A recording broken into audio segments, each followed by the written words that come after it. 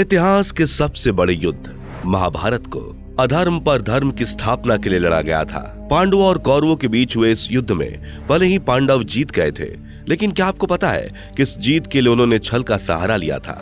जी हाँ, आपने बिल्कुल सही सुना। धर्म और अधर्म के इस युद्ध में धर्म की जीत के लिए पांडवों ने कौरवों के 5 योद्धाओं को मारने के लिए छल का सहारा लिया था, क्योंकि उन योद्धाओं को मारना असंभव था। कौन थे वो योद्धा और पांडवों ने किस तरह उनका वध किया? अगर आप जानना चाहते हैं तो इस वीडियो में अंत तक जरूर बने रहिए। वीडियो में हम आगे बढ़ें उससे पहले अगर आप हमारे चैनल पर नए हैं और आपने अब तक हमारे चैनल को सब्सक्राइब नहीं किया है तो फटाफट से सब्सक्राइब करके बेल आइकन को प्रेस कर दें, ताकि हमारी आने वाली वीडियोस की नोटिफिकेशन आपको मिलती रहे। और अगर आप हमारी वीडियो फेसबुक पे देख रहे हैं तो हमारे पेज को जरूर फॉलो कर लें। तो चलिए शुरू करते हैं। भीष्म। कौरवों और पांडवों के पितामह भीष्म महाभारत के महायुद्ध में सभी योद्धाओं में श्रेष्ठ थे। भीष्म के बारे में कहा जाता है कि वो कोई सामान्य मनुष्य नहीं थे। शास्त्रों में उन्हें मनुष्य के रूप में देवता माना गया है। ऐसे में सोचने वाली बात यह है कि महाभारत के युद्ध में उन्होंने अधर्म यानी कौरवों का साथ क्यों दिया? दरअसल इसके पीछे भी एक कहानी है। भीष्म ने एक प्रतिज्ञा ली थी कि वो हमेशा हस्तिनापुर की गद्दी पर बैठने वाले राजा की निस्वार्थ भाव से सेवा करेंगे।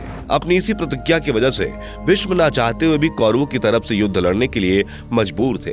कहा जाता है कि कुरुक्षेत्र के मैदान में जब भीष्म कौरवों के सेनापति के तौर पर उनके ढाल बनकर लगातार पांडवों की सेना का संहार कर रहे थे, तब भीष्म का यह रूप देखकर कृष्ण समझ गए थे कि जब तक भीष्म जीवित रहेंगे तब तक पांडवों का विजयी होना असंभव है। इसलिए श्री कृष्ण ने भीष्म को मारने के लिए छल का सहारा लिया और उनके ही इशारे पर अर्जुन शिखंडी को अपने रथ पर बिठाकर भीष्म के सामने ले आए। दरअसल भीष्म ने अपने जीवन में एक और प्रतिज्ञा ली थी कि वो कभी स्त्रियों पर शस्त्र नहीं उठाएंगे।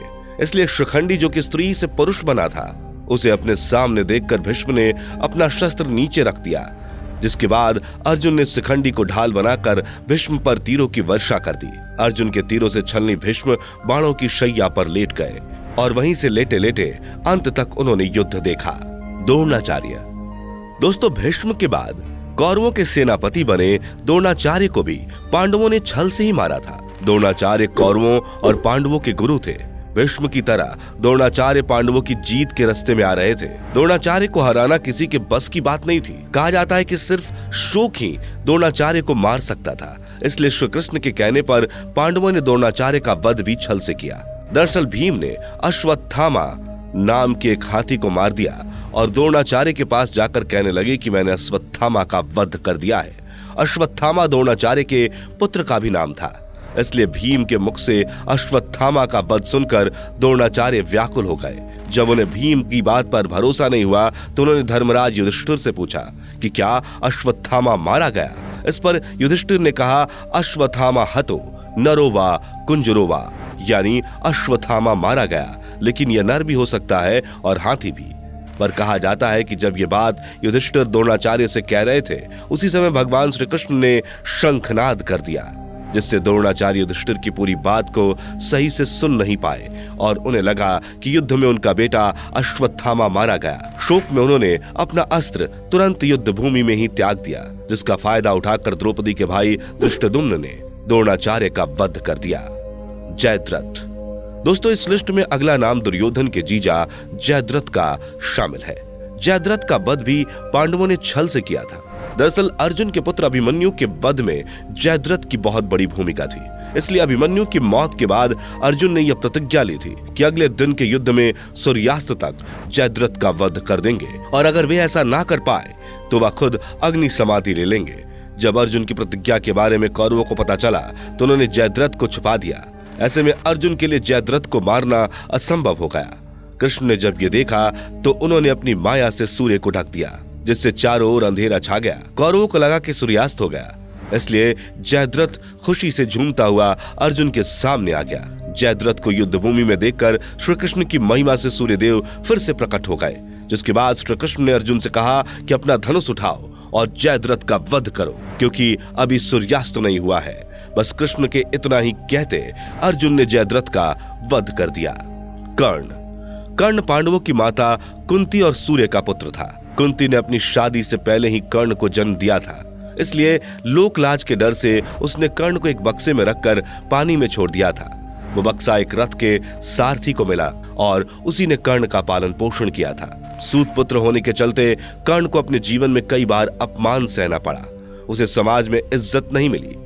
द्रौपदी ने भी उससे शादी करने से इनकार कर दिया, जिससे वह पांडवों से नफरत करने लगा था। यही वजह थी कि कुंती का पुत्र होने के बावजूद कर्ण ने महाभारत के युद्ध में कौरवों का साथ दिया था। कर्ण के पास देवताओं के द्वारा दिया गया एक ऐसा शस्त्र था जिसका मुकाबला कोई नहीं कर सकता था। इस दिव्य अस्त्र को कर्ण ने अर्जुन के लिए बचा कर रखा था, लेकिन जब भीम का पुत्र घटोत्कच कौरवों की सेना पर कहर ढा रहा था, तब मजबूरन कर्ण को उस पर दिव्य अस्त्र का इस्तेमाल करना पड़ा। जिसके बाद श्री कृष्ण ने अर्जुन को बताया कि अब तुम्हें कर्ण से कोई खतरा नहीं है, तुम कर्ण को आसानी से मार सकते हो। कहा जाता है कि दिव्यास्त्र न होने के बावजूद भी कर्ण को युद्ध में सीधे पराजित करना अर्जुन के लिए आसान नहीं था। लेकिन जब युद्ध करते समय कर्ण के रथ का पहिया अचानक जमीन में धंस जाता है और वह रथ का पहिया निकालने लगता है, तब श्री कृष्ण ने अर्जुन को कर्ण का वध करने के लिए कहा। पहले तो अर्जुन ने निहत्थे कर्ण पर वार करने से मना कर दिया, लेकिन श्री कृष्ण के समझाने पर कि कर्ण को मारने का कोई और तरीका नहीं है, तब अर्जुन ने निहत्थे कर्ण पर बाण चला दिया और इस तरह कर्ण युद्ध भूमि में ही मारा गया। दुर्योधन महाभारत के युद्ध का अंतिम योद्धा जिसका वध छल से पांडवों ने किया था, वह था दुर्योधन। दुर्योधन को महाभारत का विलेन भी माना जाता है। दुर्योधन की जिद, अहंकार और लालच ने ही लोगों को युद्ध की आग में झोंक दिया था। कहा जाता है कि महाभारत युद्ध के अंतिम दिन में भीम और दुर्योधन के बीच जब गदा युद्ध हो रहा था और युद्ध के दौरान जब दुर्योधन भीम पर भारी पड़ने लगा, तो भीम ने श्री कृष्ण की ओर देखा। उस वक्त श्री कृष्ण ने बिना कुछ बोले अपनी बाईं जांग को ठोक दिया। भीम श्री कृष्ण के इस संकेत को समझ गए और उन्होंने पैतरा बदलते हुए दुर्योधन के कमर के नीचे वार करना शुरू कर दिया। दरअसल इसके पीछे भी भगवान श्री कृष्ण की छल की नीति थी। दुर्योधन की माता गांधारी ने भगवान शिव से यह वरदान पाया था कि वह जिस किसी को भी अपने नेत्रों की पट्टी खोलकर नग्नावस्था में देखेगी, उसका शरीर वज्र का हो जाएगा। इसलिए गांधारी ने दुर्योधन के शरीर को भी वज्र का बनाना चाहा और उसने दुर्योधन से कहा कि वह गंगा में स्नान करने के पश्चात उसके सामने नग्नावस्था में उपस्थित हो। किंतु श्री कृष्ण की योजना और बहकावे के कारण दुर्योधन का समस्त शरीर वज्र का नहीं हो सका। दरअसल जब दुर्योधन गंगा स्नान के बाद नग्न अवस्था में गांधारी के समक्ष उपस्थित होने के लिए जा रहा था, तभी मार्ग में श्री कृष्ण से मिल गए। उन्होंने दुर्योधन से कहा, इतना बड़ा हो जाने के बाद भी तुम अपनी माता के समक्ष पूर्ण नग्न होके जाओगे, क्या तुम्हें लज्जा नहीं आती? श्री कृष्ण के बहकावे में आकर दुर्योधन ने अपनी जांघों को केले के पत्ते से ढक लिया और गांधारी के समक्ष उपस्थित हो गया। जब गांधारी ने अपने नेत्रों से पट्टी खोलकर उसे देखा तो उसकी दिव्य दृष्टि जंघा पर न पड़ सकी, जिस कारण दुर्योधन की जंघाएं वज्र की नहीं हो सकी। इसलिए जब गदा युद्ध में श्री कृष्ण का संकेत मिलने पर भीम ने दुर्योधन के कमर के नीचे के हिस्से पर प्रहार किया और उसकी जांघों को तोड़ दिया। जांग टूटने की वजह से दुर्योधन दर्द से करा उठा और इस तरह छल का सहारा लेकर पांडवों ने दुर्योधन को भी मार डाला।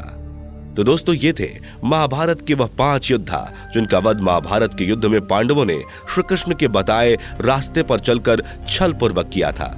वैसे दोस्तों, आपको क्या लगता है, क्या पांडवों ने इन योद्धाओं का वध छल पूर्वक करके सही किया? आप अपना जवाब हमें कमेंट में जरूर बताइएगा। इस वीडियो में फिलहाल इतना ही। उम्मीद है आपको आज की ये वीडियो पसंद आई होगी। अगर हाँ, तो इस वीडियो को लाइक करें। इस तरह के और भी अमेजिंग एंड इंटरेस्टिंग वीडियोस देखते रहने के लिए इस चैनल को सब्सक्राइब जरूर कर लें। Thanks for watching.